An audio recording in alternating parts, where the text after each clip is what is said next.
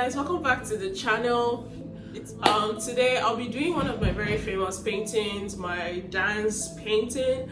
It's been a while since I did that. I tried doing that like a few weeks ago, but it didn't come out the way I really wanted. So I'm going to be doing that today and spending more time. I'll be using oil paint because I feel like that will give me a lot of movement and more freedom to be able to express myself better. Since I'm rusty and I tried using acrylics in the last video, it turned out okay, but today I want to give it another shot with a different